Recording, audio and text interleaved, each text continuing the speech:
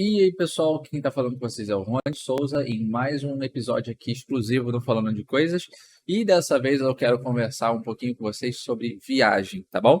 Principalmente, vou focar aqui nesse episódio mais em viagem de avião, para que vocês que nunca viajaram de avião ou já viajaram de avião e querem se informar um pouquinho mais, saibam como escolher uma passagem num preço legal, como pesquisar, né, essas passagens aéreas e também algumas dicas de horários, de trechos, enfim, para vocês poderem usufruir da melhor forma possível e pegar o melhor preço possível também, né? Convenhamos que é a melhor experiência.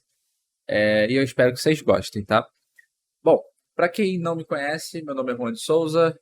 Eu já viajei já para alguns países no passado e, no meu caso, recentemente, em março, eu estive em Florianópolis, no sul do Brasil, do qual em breve tem novidades.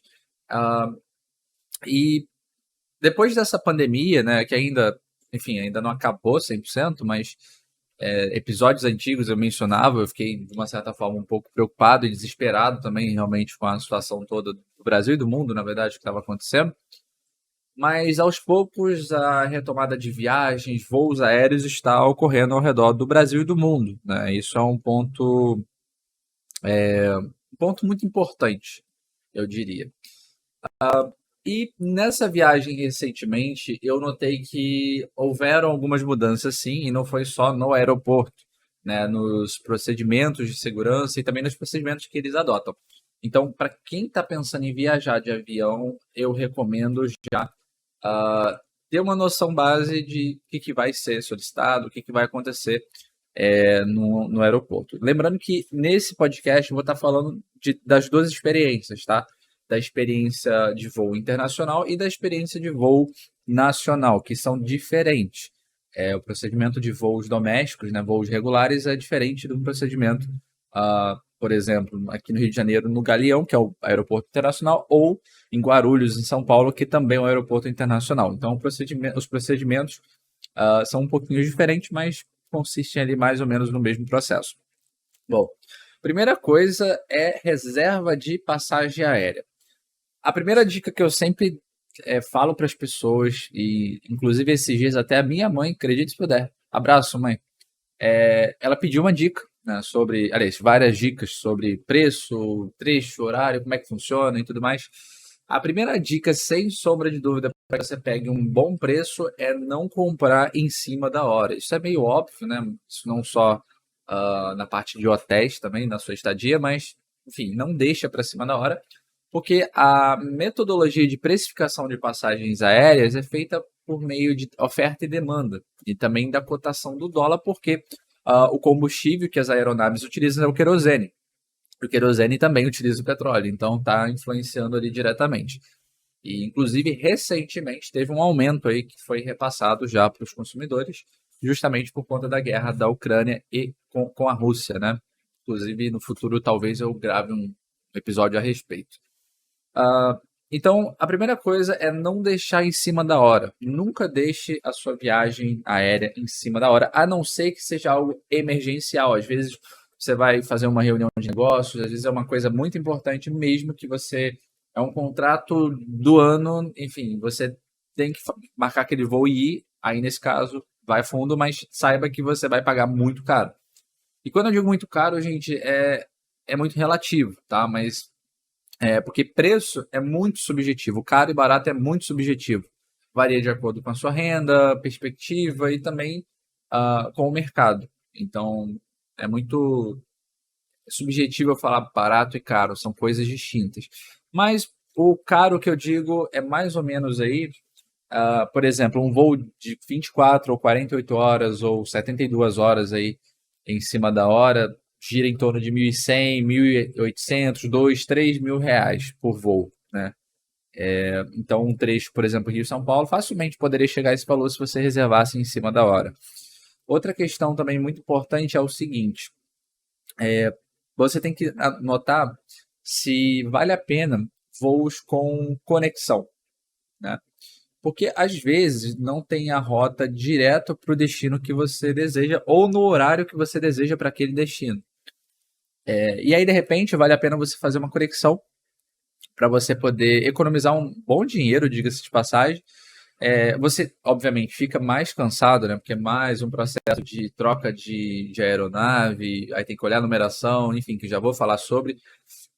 Então, às vezes vale a pena, é sempre bom calcular, colocar na ponta do lápis para ver se compensa, né? Recentemente em Floripa eu viajei com meu namorado, inclusive, e foi basicamente isso, né? Foi marcado em janeiro desse ano e em março a gente viajou para descansar um pouco em Florianópolis. E basicamente o processo a rota, né? O itinerário que a gente fez foi Santos Dumont, no Rio de Janeiro, aeroporto nacional, para pequenos voos e voos de curta distância em geral, até Congonhas, em São Paulo, o aeroporto mais movimentado da América Latina. E de Congonhas partimos para Florianópolis, né? Essa conexão valeu a pena e ainda mais pelo preço, né? Então, olhar conexões é um bom aspecto, aliás, eu diria um excelente aspecto caso você queira economizar aí na sua passagem aérea, tá? Um outro ponto também muito importante é dependendo do seu cartão de crédito ou status na companhia aérea.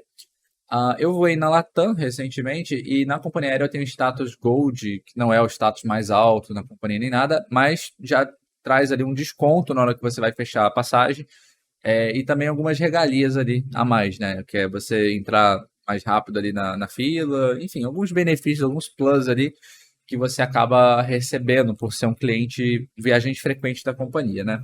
Meu status ele foi mantido mesmo com a pandemia, porque, enfim, o último voo que eu fiz com a Latam foi em 2019, aí depois veio a pandemia, mas eles mantiveram o meu status, eu achei muito legal. Então, quando eu voei, eu já tive meu status, mantive, né, meu status Gold e tive um desconto ali de quase R$ 200 na hora de fechar o pedido, né, pagando à vista no cartão também. Então, status na companhia aérea ou dependendo do cartão de crédito que você possui em posse. Os melhores cartões de crédito para acúmulo de milhas são aqueles cartões que o programa de pontos permite que você transfira esses pontos para outro programa parceiro. Então, é quase que uma moeda virtual, literalmente, uma criptomoeda, só que em milhas, né?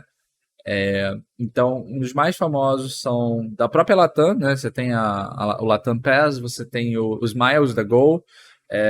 O da American Airlines eu tenho, mas ele é muito limitado. Só funciona mesmo se você estiver indo para lá fora.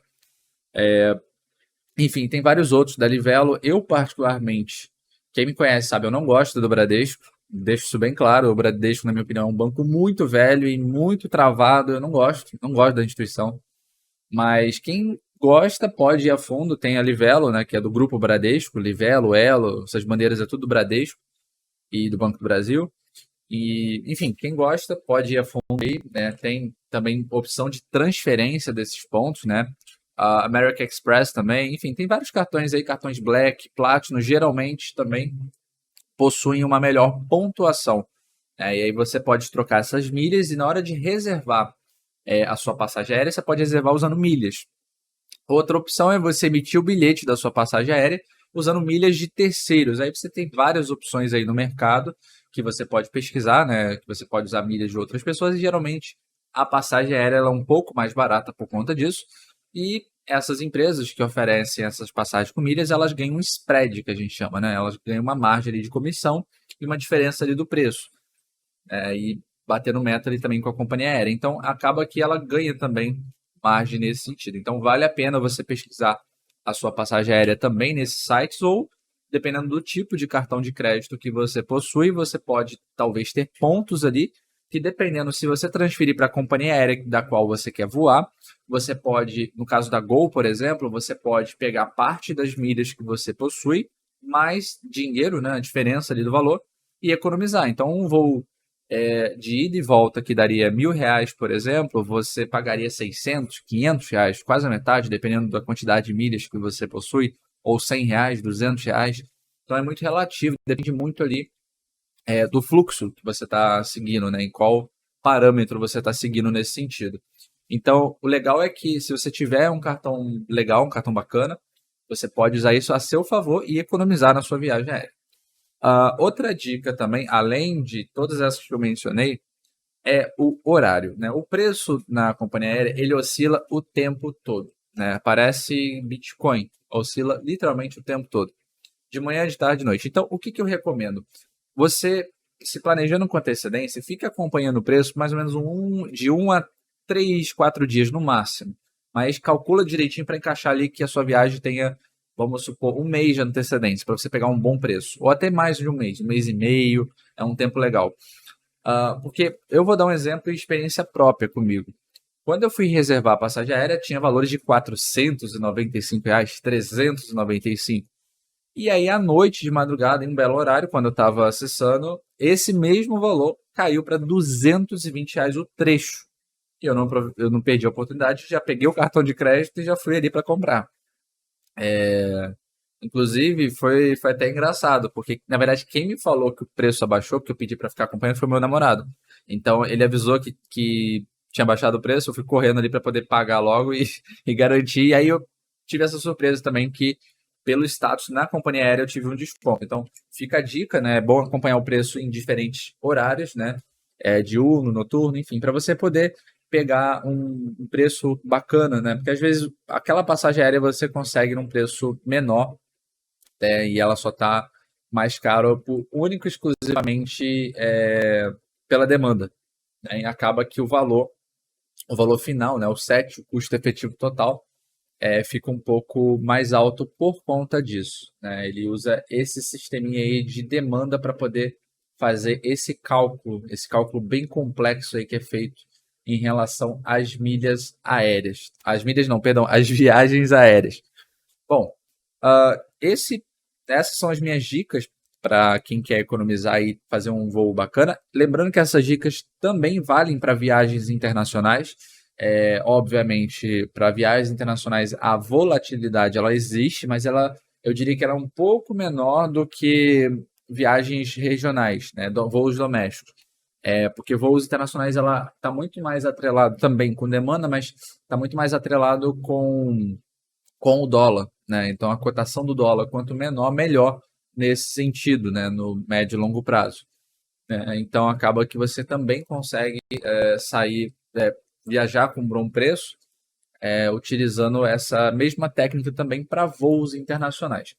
Outra dica também muito importante, pessoal, é sobre bagagem despachada. Dependendo também do status que você tiver da companhia aérea, você não vai pagar para despachar bagagem. E dependendo também do cartão que você possui, talvez cartão da própria companhia aérea, né? Um cartão Black, um cartão Platinum, você também tem o benefício de ter mala despachada gratuita e embarque prioritário no aeroporto, no saguão do aeroporto, no portão, né? No gate. Então acaba que você tem esse benefício também, então é importante dar uma analisada aí para ver se você está ou não elegível a essa modalidade, porque você também pode economizar uns bons reais aí nesse processo. Geralmente, uma despachagem de bagagem custa 70, 80 reais por aí, por trecho, tá? Lembrando, isso é muito importante, é por trecho. Então, se foi Rio-São Paulo, ou melhor, Rio-Florianópolis, mas foi um voo direto, por exemplo, esse processo você vai pagar a ida e a volta do despacho. Então, 70 reais se transformaria em 140 reais tranquilamente, tá? E se você pega a conexão, multiplica isso vezes 2, porque seria, né, igual foi o nosso caso, então não vale a pena, definitivamente. Então é sempre bom analisar e colocar tudo ali no lápis, às vezes ver o que você pode fazer. E às vezes também, se você comprar a passagem não no plano convencional, né, no plano standard, comprar talvez no plano Plus ou no Max, enfim, eles têm vários nomes, né, para esse tipo de modalidade, que já inclui o despacho de bagagem, às vezes vale a pena.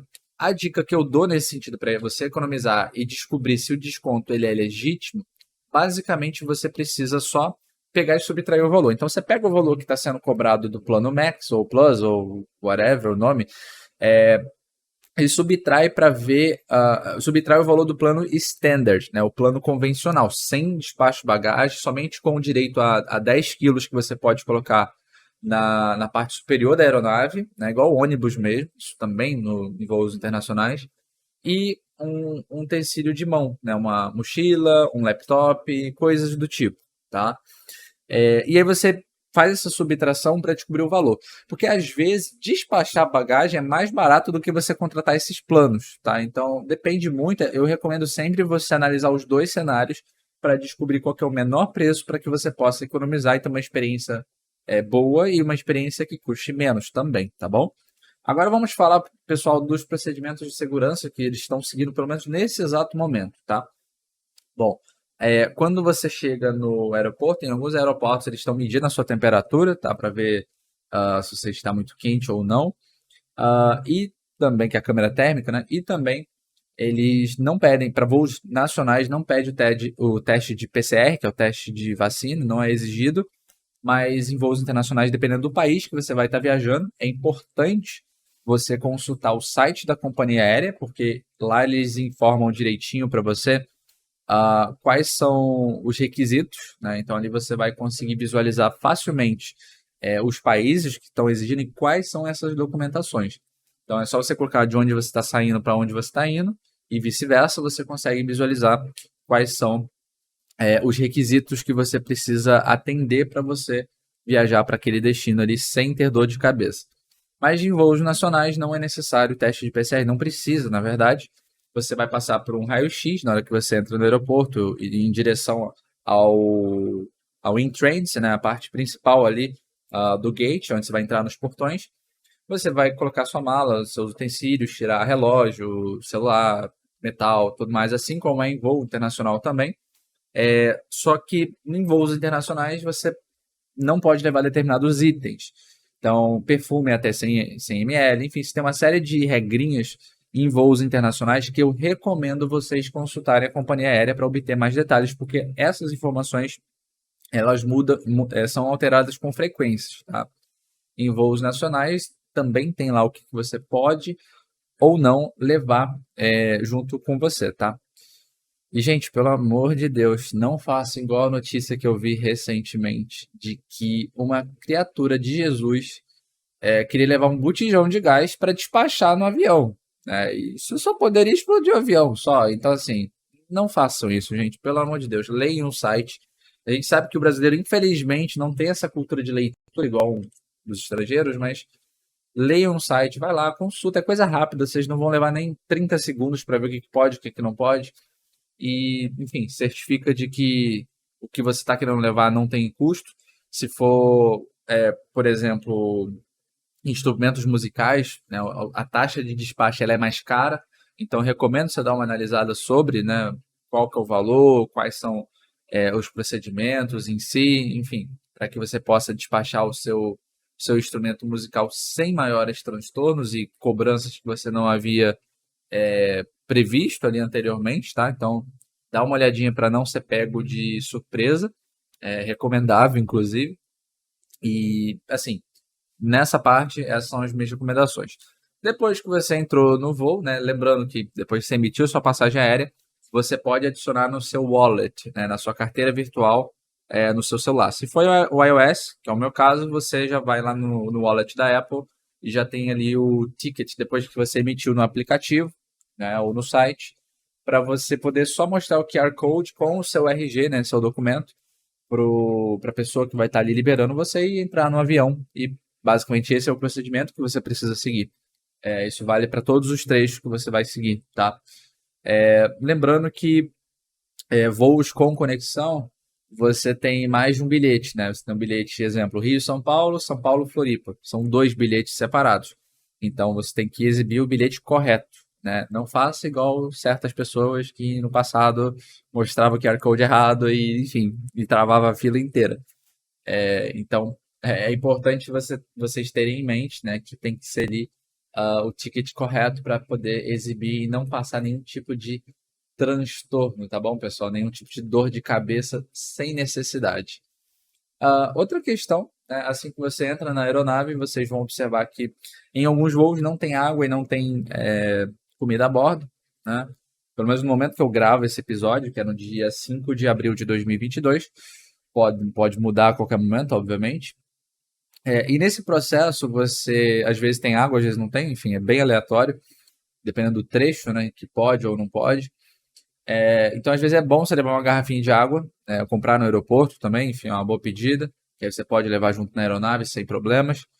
E, enfim, entrar ali e na hora de sair chamado por fileiras, né, por grupos, que, na minha opinião, foi a melhor coisa que colocaram, de verdade, porque eu não sei explicar. Parece que, com todo respeito, obviamente, parece que as pessoas estão desesperadas, vão morrer e, não sei, o avião vai cair, não sei a reação. Mas os brasileiros é só com o Brasil, gente. É incrível. Quando você vai lá para fora, você descobre isso.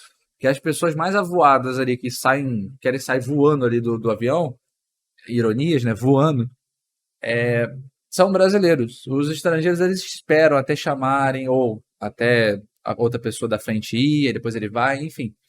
Mas aí agora eles chamam por fileira, por grupos, né? Ah, da fileira do grupo 7 até o 16, enfim. E aí você vai. Então achei que isso ficou de uma certa forma mais civilizado, eu diria. Então teve um lado positivo, pelo menos, nesse sentido, né? E lembrando, não pude deixar de mencionar, não posso deixar de mencionar. O uso de máscara é obrigatório dentro do avião, né, da aeronave, e também de todo o aeroporto. Então, pelo menos no momento que eu gravo, é obrigatório você usar máscara. Então, mesmo que na cidade ou no local que você está, o uso de máscara é opcional, né, ou já não precisa mais, em voo você precisa estar utilizando máscara o tempo todo, tá? E no avião, no aeroporto também, você precisa estar utilizando, tá bom? Em voos internacionais, o mesmo se aplica adicionado ao teste de PCR, né?